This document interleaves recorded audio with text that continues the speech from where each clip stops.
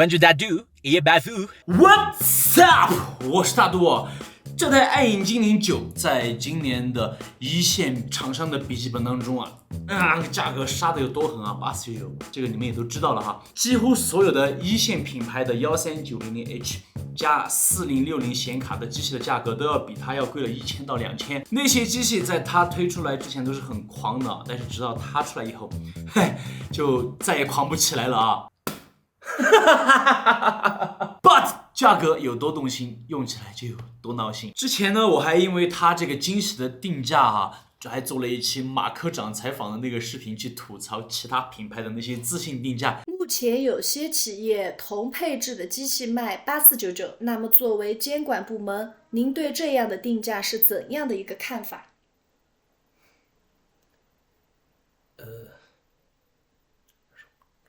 但是使用了几天现在看来子弹是要多飞一会儿才行。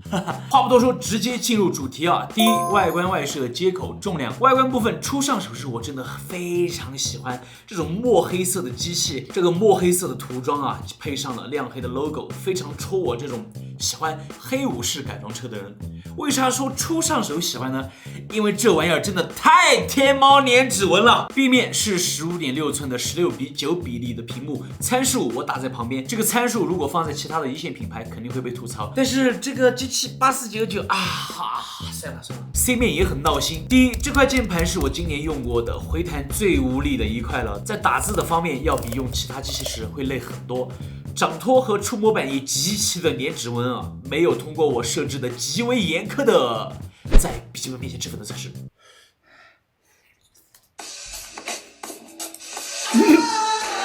所以对这台机器的那些好印象在这个 A 面和 C 面粘指纹的双重夹击下开箱时候的那种快乐。这个 A 面其实分挺高的就是很简洁，就荡然无存了。接口部分，这个机器的接口我打在上面，2A2C1 HDMI 耳机耳麦口，一个网线接口，一个充电接口，数量不多但是这2个 Type C 接口都支持雷电4。那个谁出来挨打。重量部分，裸机2.45千克，适配器0.85千克，旅行重量6斤半，柔弱的女生背起来可能会比较费劲。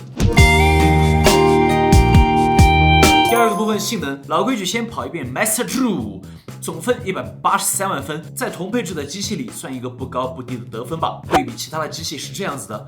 还有就是最近的鲁大师在更新了以后我觉得机器普遍的得分都要比22年的那些机器要低一点不知道你们的手上的机器新版得分是多少 ？R23 单核1917分，多核25764分，这个还是我反复换了各种模式去测试取得了最高的一次成绩了。同时，这个也是我测过的同配置里面最低的一个 CPU 得分，好像低的还有点多，后面的考级会说明。DimeSpy 测试显卡分数10411分，也是我测试过的所有的4060的游戏本里面最低的。体现到游戏上，赛博朋克2077最高画质特效，光追次高 DLSS 次高 2K 的时候可以跑到53帧 1080p 78帧，对比其他的机器成绩其实都差不多。因为线5全高画质高光追不开 DLSS 2K 76帧 1080p 93帧，对比其他机器也是差不多的。网游部分，英雄联盟最高大值花乱斗 2K 平均帧243帧 1080p 平均帧263帧 CSGO 全高画质 2K 333帧 1080p 470帧。从游戏成绩上面来看并不像跑分那样要低于其他的机器所以说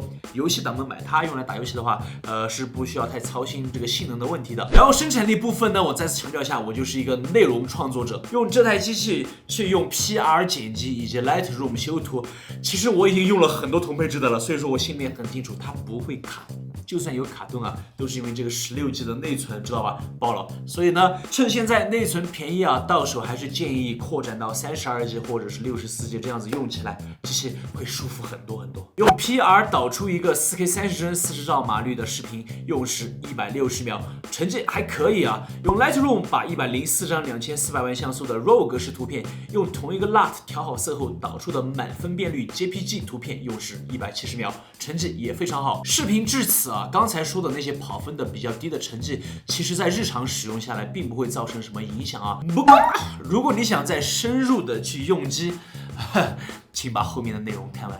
第三，散热、扩展和续航。先说散热部分啊，这台机器跑分低的原因，我估计就是在这里。我这台机器单烤 CPU 只能稳定在65瓦 ，GPU 也只能稳定在113瓦，双烤只能稳定在140瓦左右。我看了其他很多人的视频，基本上都是维持在170瓦的一个双烤啊，我这台是明显偏低了的。于是呢，我就尝试重置系统、回退和更新 BIOS、回退和更新显卡驱动等等，我能想到的所有的方式啊，测试下来永远都维持在140瓦的一个双烤的功耗。于是呢，我就找了惠普售后的客服，给了测试图以后，他们说我的软件有问题，后面甚至直接说我这台机器是正常的，我就懵逼了。然后我就跟他们说，这台机器我是要用来拍评测的哈，可能是排面的原因吧。他们就派了一个工程师远程协助我来调试这台机器，结果弄了一下午还是一样双烤140瓦。然后呢，他们给我的结论就是我的这台机器的温度是异常的。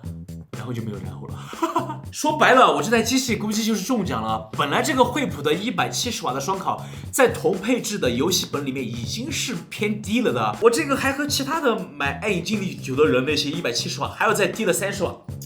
这个搞得我真的心里面是很不平衡的哈。还有就是这个风扇，我觉得它应该叫做风扇，经常就莫名其妙的。我把它开在狂暴模式，但是我的风扇是自动，对吧？我在搞一些低负载的，像听听歌啊、看一下视频啊、打下字的时候，它总是会莫名其妙的拉满转速。很多时候就只是想安静的看下视频，对吧？打点字，对吧？就被这台风扇搞得，我都有点神经质了。你看我啥都没干，屏幕都是关着的，你听，这个风扇就是，哎呀，不说了。扩展性上我会给它一个好评啊，就是2条硬盘和内存都是可以扩展的。我还用它，然后叫上了婷姐拍了一期教小白如何扩展这个固态硬盘的视频啊，感兴趣的可以戳我主页看一下。然后续航部分也是我觉得需要很大的提升的一个地方啊，在省电模式下，只是用它上网码字、看视频这种低负载的应用啊，只坚持了205分钟。带好充电器吧，姐妹们。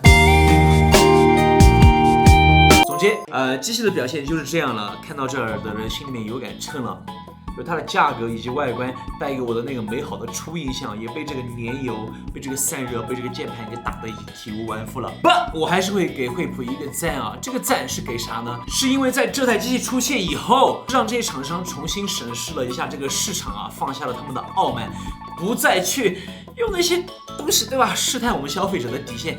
就凭这点，我就要给普子哥一个大大的赞。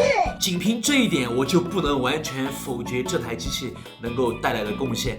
在今年，如果你们能够买到更加便宜的一线厂家的机器，并不是说那些厂商突然良心发现还是怎么着，而是真的因为我普子哥来过。哎呀，我估计今年的惠普也是有点急了啊，因为他们机器一直没上嘛，就有一点赶鸭子上架的感觉，机器还没调好就上来了。